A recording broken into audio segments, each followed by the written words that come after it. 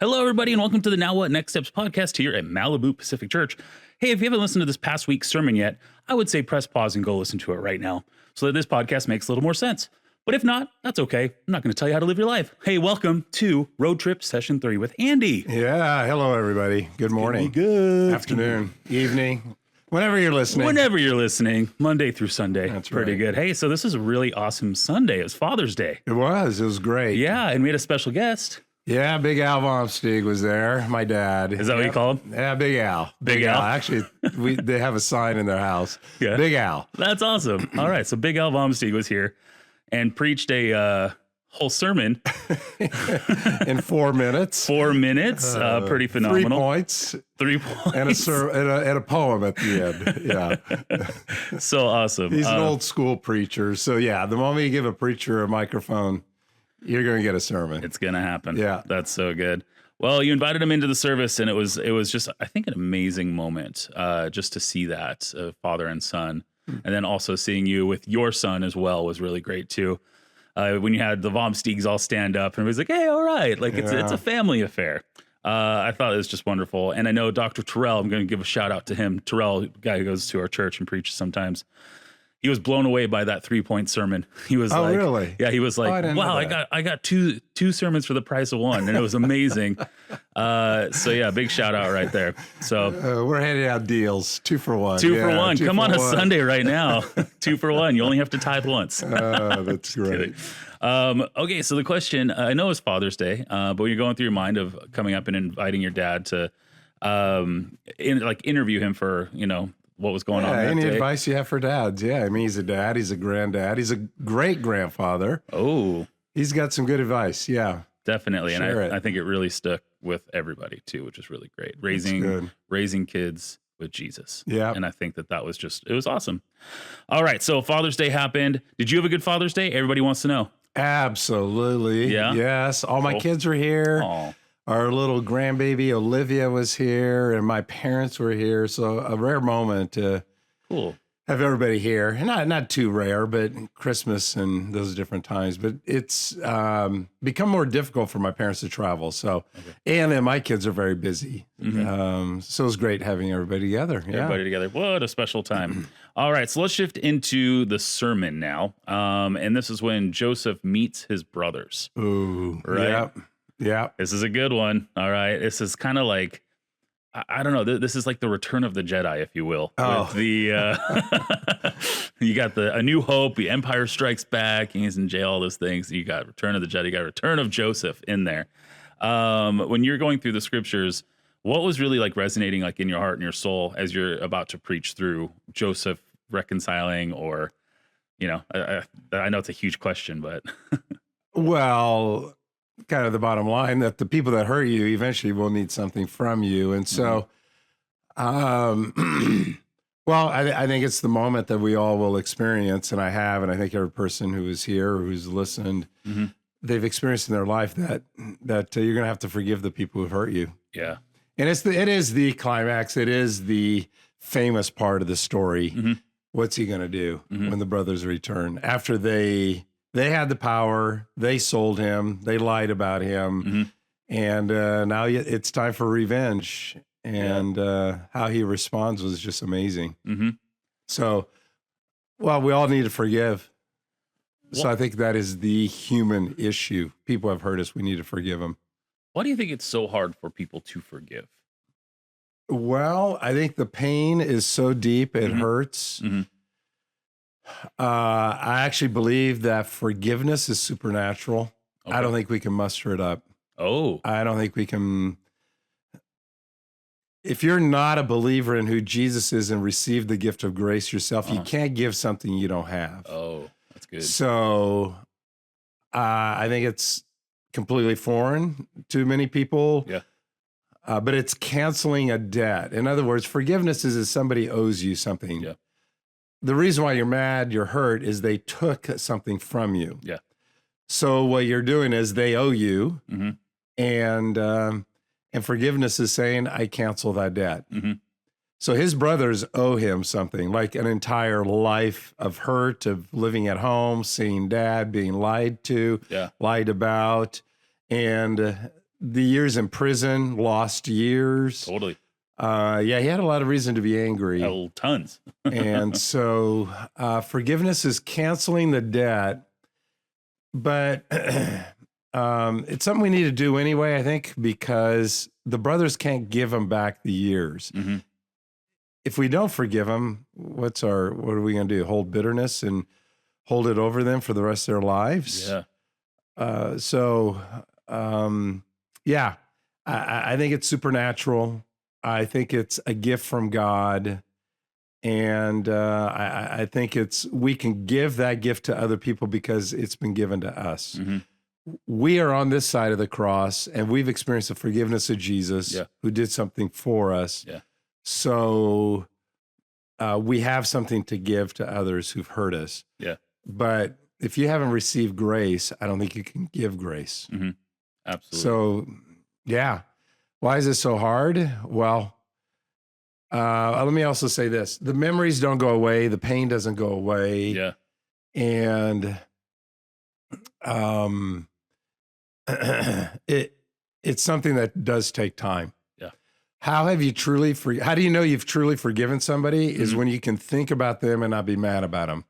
Or talk to yourself in the car when the windows are down. Totally. And you think of them and you're mad and you're having, arguments with them. You're mad about them. You're remembering the experience of how they hurt you. Yeah. When you're able to think about them without all the anger and the angst and the emotion, you have finally let it go. But it does also take time. That's another reason why it's hard. Definitely. Yeah, I think that is, you nailed that on the head of forgiveness with the, it has to come from God because we can't muster it up. I think that's brilliant. That is so good. Well, why do you think Joseph was so strong in his relationship with God during all of that, especially when human nature, I think since day one has been to be mad or not to listen to God? Like, where did Joseph find that anchor? I don't know. I don't know where he. Yeah. You mean to keep trusting God? Yeah, to keep trusting God. In spite of all the circumstances? Yeah, when things aren't going your way, you're like, where is God? Yeah. God is with me, especially in the ancient world. Yeah. God is pleased with me because life is going well. Mm-hmm. All right, so forgiveness has to be of the Lord, right? I think what you're so. Saying. Yeah, it's supernatural. I think. I really do. So incredible. I think that's just a great thought for everybody listening and myself too, because there have been times in my life it felt like it could be almost impossible to forgive what somebody has done or said or those kinds of things. And I realized I just, God would want me to do that, and I have to give that. And I like what you're saying too about true forgiveness will come once you stop thinking about them when the windows are rolled up in your car, or you think bad thoughts and things like that too. You were asking where did he get this from? Yeah. I don't know, because this is 1850 BC before Jesus. Mm-hmm. But throughout that entire story, there's a one-liner in there, and the Lord was with Joseph. Mm-hmm. The Lord was with Joseph. So somehow he felt God is with me. Mm-hmm. He felt the presence of God with him, and God is in control. So he surrendered. I mean, it doesn't describe that, but he obviously did. To the will of God, and this isn't what I choose, but I'm going to go with it. I can't control what life does to me, but I can control how I respond to these circumstances. Gotcha. And I can control that and put my trust in and respond in a way that God is in control of the situation and the Lord is with me. Gotcha. So he did. Joseph kept trusting God. Yeah. Do you think Jacob instilled that into him, or did Joseph go to youth group and find that? Maybe he went to the youth group. That's really good. You have Abraham, Isaac, and Jacob. Uh-huh. So he is part of the lineage of Abraham, and God is forming and shaping his people. Yeah. That there was a family with Abraham that became a nation through Jacob and then through the lineage of Joseph. That eventually then Moses came to rescue the people. Then it became David that became a kingdom. And then after that, obviously, comes the lineage, then comes Jesus. So God is preparing this remnant. I think that's a great line. We don't know that, but I think the faith instilled in Abraham was passed on. I can only assume that Jacob is telling the stories of Grandpa. Yeah. I mean, Yeah. kind of what we did on Sunday. It's coming around. Absolutely. Yeah, that's. I think Dad was instilling that in his son. Absolutely, trust God. Trust God. And the other brothers probably weren't listening. Doesn't sound like it. Doesn't sound like they were listening. No, but we all have a bad apple in the family. That's right. He had 10. All 10 of them. All 10 of them. Well, I think one of the big bottom lines you had on Sunday was when you went into you intended to harm me, but God intended it for good. Yeah. And I think reminding people that no matter what they've gone through, that God can use it for good. I think people get stuck in but it only happened to me, and it's awful, and we know that there's some bad things that have happened to everybody's story, in their life. But how can we flip that and make it for good? How can we turn our negatives into positives? What would your thoughts be? Just keep trusting God. Don't take control. You cannot experience all the good that God has for you until you realize, and just in the bad times, you're saying God's in control of the situation. And in the good times, when you have the power, don't try to pay back evil for evil. When you have the power, return the evil for good. And so keep trusting God in that. Yeah. He's doing something. I can't see it. It's not how I would do it. This is me talking here, but God is working somehow. God is working in the situation. Definitely. Well, my last question is thoughts on Joseph planting, the cup or whatnot, or the thing on his brothers. Yeah. Why do you think Joseph went that route? It's a little mischievous. Whenever I read that part of the story, I go, okay, now he's like, I don't know, he's messing with them, screwing with them. Like, he's trying to figure out if they've changed. I mean, what do you think was probably going through Joseph's I think that was head? it. Is That was it, yeah. Do you see if they're changed? And then when Judah pleads and say, take me as your slave and your servant and my family, and I will be your servant, your slave forever, but let Benjamin go home to Dad. It's like, wow, you didn't plead like that for me. Yeah. And there was a change. Okay, all right. Yeah.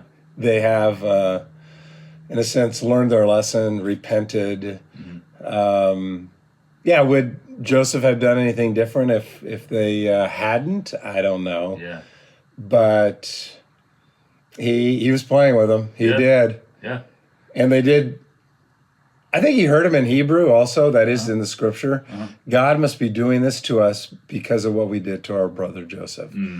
But Joseph kept speaking in Egyptian and using an interpreter, but he could understand them talking in Hebrew. Amazing. So, yeah, he knew it was happening. He had the insider information. He had insider information when he was messing with them. Yeah. I don't know if he wouldn't have forgiven them or not, but that wasn't the issue. Hopefully they learned their lesson. Yeah. Don't sell a brother into slavery. No, yeah, that's the lesson. That's the bottom line. Bottom line. All right, will do. Okay. Yeah. Oh my gosh. But I think they they were humbled. But even at the very end, even after their dad dies, they don't truly believe that Joseph will forgive him. Hey, Dad said that you need to keep taking care of us. And Joseph is like, that's when he says, I have forgiven you. What you intended for evil, God intended it for good. That's the famous verse, Genesis 50:15. And so now he gives him a big hug and loves on him. Yeah. You will be taken care of forever. Wow. But even then, they didn't quite really believe it. Totally. It's like, please, Dad, just a gentle reminder. Dad said. Yeah. Exactly. So, I don't know. But I think it's okay to play with him a little bit at that point, too. Yeah. I don't know. It wasn't going to kill him, but I could play with him. Yeah. I got 28 years of, really terrible things. But you know what? This is going to be a fun game. Yeah. Yeah. Oh, man. Well, we are going into our final road trip. That's right. This Sunday. You don't want to miss out. Where are we heading to next?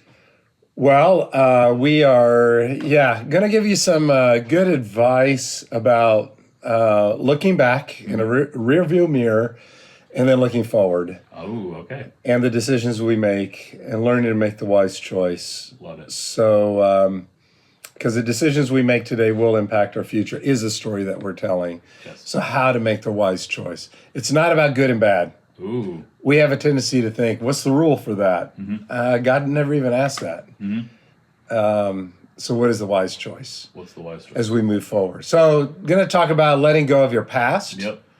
and moving forward into the future. Love it.